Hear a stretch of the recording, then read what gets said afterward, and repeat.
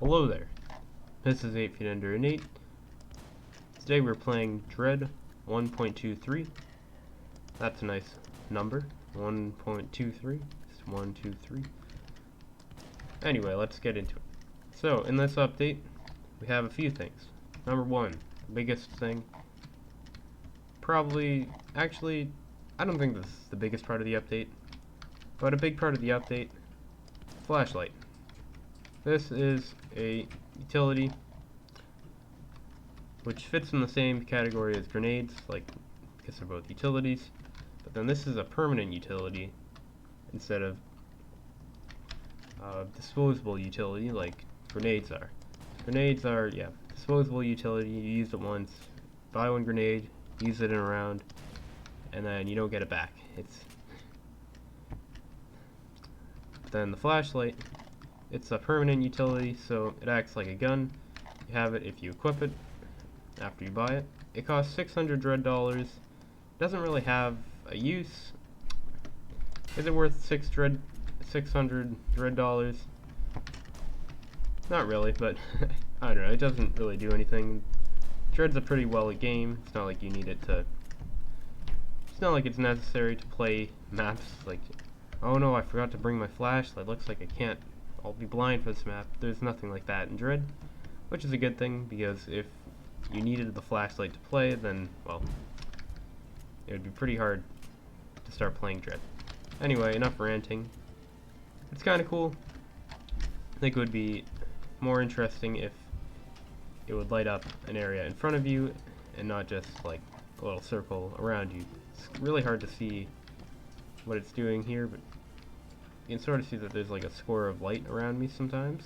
Yeah, that's what it does. So I guess if you're in like a Watergate or something, one of those maps that's like set in the nighttime, I guess it could be sort of useful if you're trying to spot those riot zombies swimming in the water. That's really the only use I can think for it. And speaking of Watergate, Watergate and Heavy Decay actually got some changes.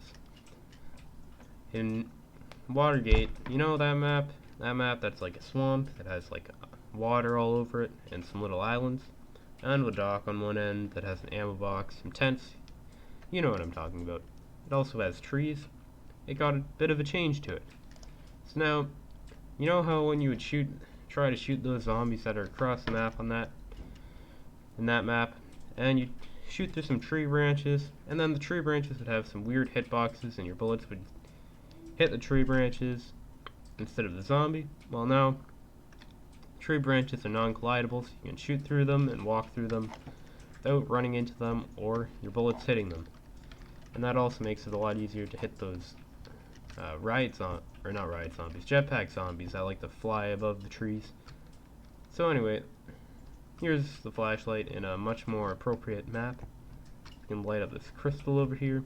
It doesn't really do very much. You can see everything fine in the map. And I guess it's pretty neat. But it doesn't really have a use, so $600 dread dollars is a pretty good price to put it at. That being said, let's talk about Heavy Decay. That map, you know how when I was playing that map in my other previous videos, and I would be trying to jump over a zombie or something, and I would fall off the map and die? Well, now, all the pipes are collidable, so if you fall off the map and land on any of the pipes, even if it's just like a foot above the water, you'll still land on the pipe, if you land on the pipe. And you'll survive, and you'll be able to climb up the pipe if it's that type of pipe,